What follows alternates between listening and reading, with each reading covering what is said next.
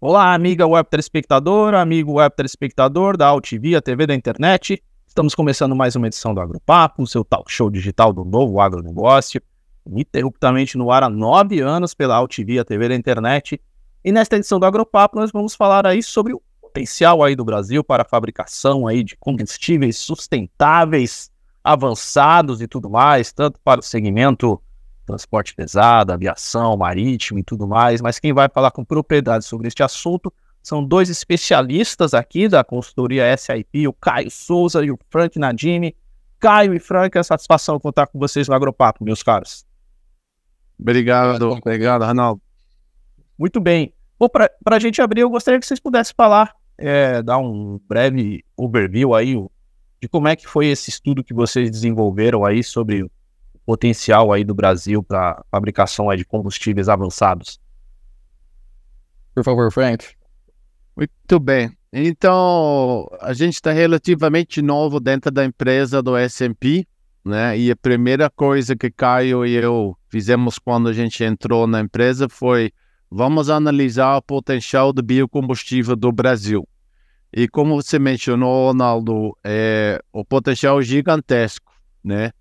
Mas, no mesmo tempo, uma grande parte que ainda está sendo analisado e vê a disponibilidade é a parte de feedstock com matéria-prima, né? Então, como matéria-prima, em geral, é entre 60% até 70% do custo do biocombustível, faz uma parte muito importante na cadeia da produção do biocombustível, né? E com as novas legislações sendo discutidas dentro do Congresso Nacional, com aumento de taxa de uso de biocombustível em vários setores brasileiros, nós fizemos uma primeira análise, vamos avaliar que tipo de matéria-prima o Brasil oferece e qual é a disponibilidade hoje e mais para o futuro, quando o consumo de biocombustível aumenta, né? Então, a gente pegou uma lista gigantesca de vários grupos brasileiros, inclusive Embrapa, a parte da MAPA, etc. E a gente começou a fazer uma filtragem dos 100 matérias-primas mais adequadas para biocombustível. E desse jeito fizemos uma análise grande que resultou nesse estudo nosso. Bacana. E quais seriam essas principais matérias-primas, Caio? Olha, a gente dividiu em alguns grupos, né? Sempre buscando também atender às legislações, às diretrizes internacionais, tá? Então a gente tem por exemplo, na Europa a gente tem o RED, e dentro de um anexo, né, desse documento, eles deixam claro quais são os tipos de matérias-primas que eles aceitam, né, para uso como biocombustível. E uma vez, né, a gente dividiu, então, todas essas matérias, essas 100 matérias desse nosso estudo, em principalmente 5 grupos, que são culturas que a gente chama de New Energy Crop, né, culturas que não competiriam, por exemplo, com uma outra área por alimento, culturas de áreas marginais, culturas de área intermediate crop, que a gente chama, né? Seria como se fosse uma segunda safra, mas que não estaria competindo diretamente com milho. Ou seja, com esses parâmetros, a gente estaria atendendo essas diretrizes internacionais. Além dessas culturas, né, novas, a gente usou também o resíduo agrícola, o resíduo florestal, né? Os resíduos, eles são interessantes, que eles têm uma intensidade de carbono baixa, então também vai de encontro às demandas internacionais.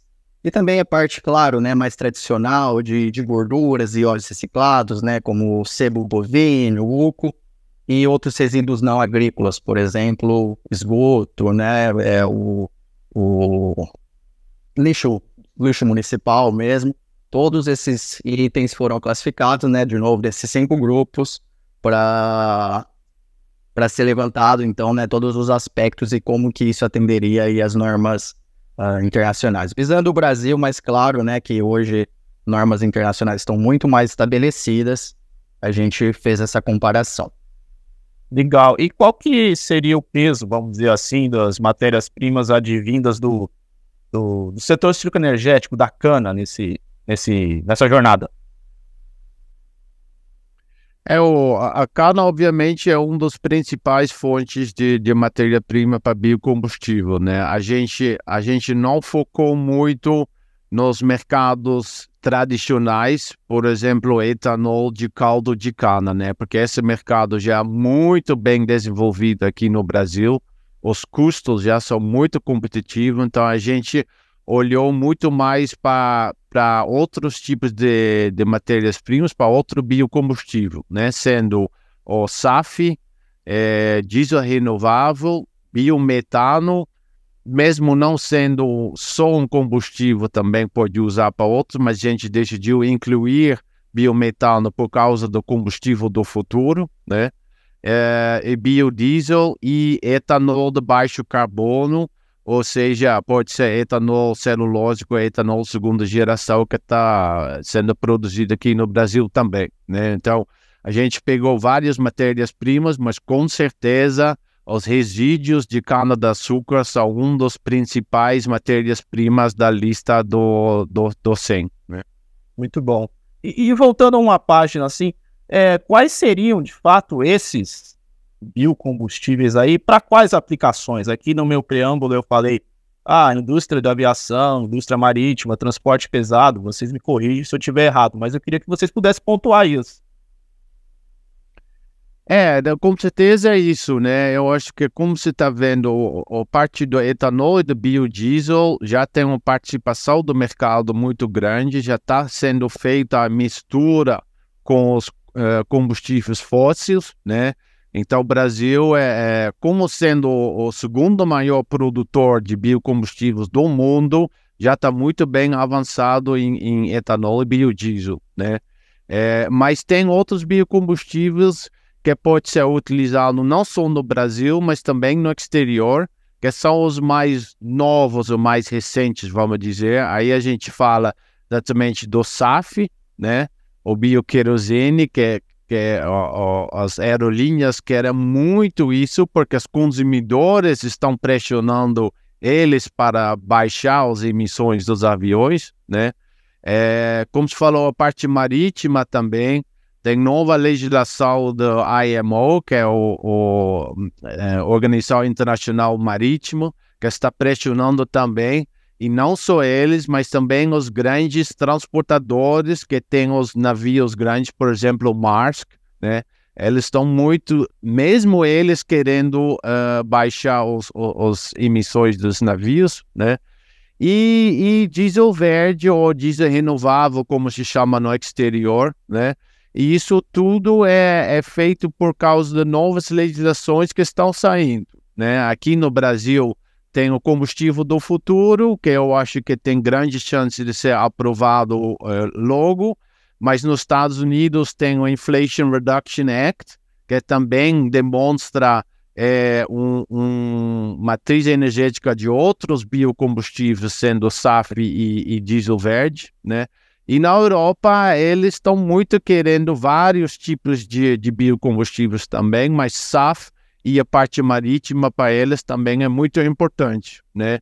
Então, está sendo, o portfólio de biocombustíveis está sendo feito com base à legislação nova que está saindo em várias regiões. Legal. Caio, e nesse rol aí de matérias-primas, vamos dizer, que vocês pesquisaram, a gente consegue fazer um recorte, por exemplo, de matérias-primas, de produtos agrícolas, assim, de ter uma ligação maior, por exemplo, com a agricultura familiar, algo nesse sentido?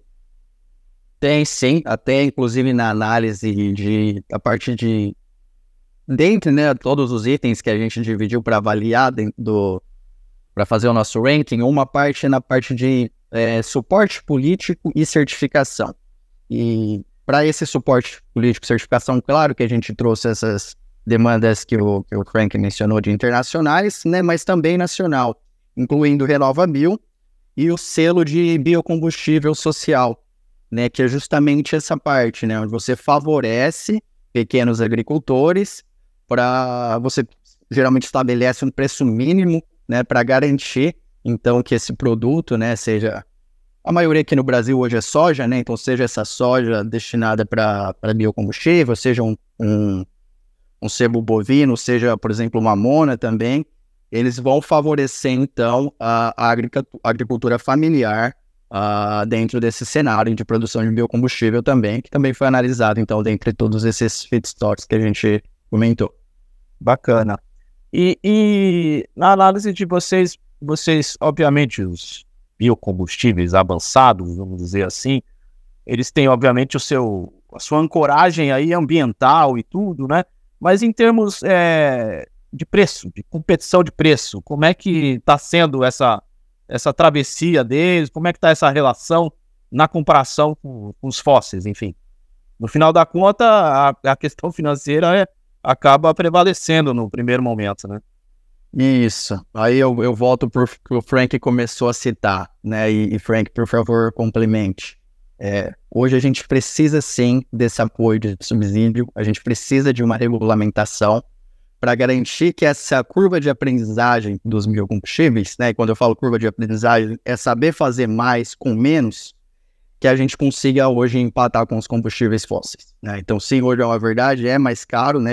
Falando de maneira geral, mas com uma regulamentação de carbono, por exemplo, né? Que é outra legislação aqui que a gente espera que vá acontecer no curto período, né? PL 412, com uma regulamentação do combustível do futuro. Com esses incentivos, né? Estados Unidos tem alguns incentivos agrupados, né? E varia um pouco de estado também. Tem RINs lá na Europa, tem outros tipos, tem o próprio mercado de carbono, né? Um free market para isso. Então, esses tipos de subsídios, eles garantem hoje, né, essa competitividade, né? A gente precisa disso, né? RenovaBio, por exemplo, como que isso vai conversar junto com essas novas legislações que estão chegando. Então, sim, importante ponto que tocou hoje, a gente precisa dessa regulamentação, hoje a gente precisa desse subsídio, que ainda está por vir muitas coisas, né? A gente ainda está esperançoso para que e confiantes também, né, que essas leis vão ser aprovadas e isso vai começar a fazer mais sentido, vai incentivar a nossa produção. Legal. E no estudo de vocês buscaram identificar algo no sentido de que o Brasil tem potencial para, além de ser um fornecedor de matéria-prima, na verdade isso é até um desejo do setor produtivo e da economia do país, também ser um fabricante dos biocombustíveis avançados, porque uma coisa é você fornecer, outra coisa é você ter as plantas dentro do país para poder fornecer já o produto final, né? Isso foi algo que vocês buscaram estudar também? Muito, Ronaldo. A gente fez esse estudo não só pela exportação de matéria-prima, né? É um parte integrado do estudo, sim, né? Especialmente Europa, pelas metas de descarbonização que eles têm, mas a falta de matéria-prima, eles vão ter que importar matéria-prima direto ou biocombustível, né? E essa análise depende muito do biocombustível, do tipo de biocombustível, ou seja, para a SAF pode ser um modelo de negócio, para combustível para marítimo pode ser outro modelo de negócio, então não quer dizer que o Brasil só pode produzir biocombustível e exportar ou só matéria-prima, né? É caso por caso. Mas sim, realmente a gente olhou mais a integração das matérias-primas até a produção do biocombustível, né? Porque eu acredito muito que o Brasil tem o potencial de exportar biocombustível para outras regiões no mundo e atender também a demanda interna que está crescendo, né? Tem novos planos do governo para aumentar o uso da aviação da população brasileira, né? E isso obviamente vai aumentar o consumo de combustível dos aviões, né? Então, é uma grande possibilidade de aumentar a produção local do Brasil, agregar mais valor para a sociedade, mas também para os fazendeiros, e eu acredito muito em uma cooperação justa, né, sobre a cadeia. Não pode ser uma coisa que uma parte da cadeia pega a maior parte do margem, né? Eu sei que a gente sempre tem que fazer um balanço entre esses partes integrados, mas eu acho que biocombustível tem o potencial de dar mais valor para cada parte da cadeia, né? Muito bem, meus amigos, já é um grande bordão, o chavão do Agropapo, que boa conversa acaba passando rápido. Eu quero uma vez mais agradecer aqui a participação de vocês e deixar o espaço aberto agora para vocês poderem deixar respectivo contato para quem quiser mais informações aí sobre isso tudo.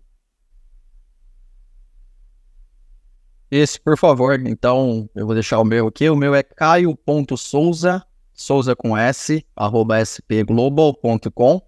E fique à vontade, quiser tirar mais dúvidas, esclarecer melhor sobre algum tipo de matéria-prima, algum tipo de biocombustível. O tempo realmente é curto aqui para a gente abordar todo o estudo, mas fico à disposição. Algo a acrescentar, Frank? Não, eu espero que o pessoal demonstre interesse nisso, tem um grande potencial de crescimento para o setor e para vários setores mais downstream, né? Então estamos abertos para qualquer pergunta ou pedido que a pessoa interessada pode ter. Será um prazer. Muito bem. E assim encerramos esta edição do Agropapo. O Agropapo tem produção, direção e apresentação de Ronaldo Luiz e a direção jornalística da UTV, a TV da internet, é do jornalista Alberto Duquette. Encerramos esta edição. Voltamos na próxima. Um abraço e tchau, tchau.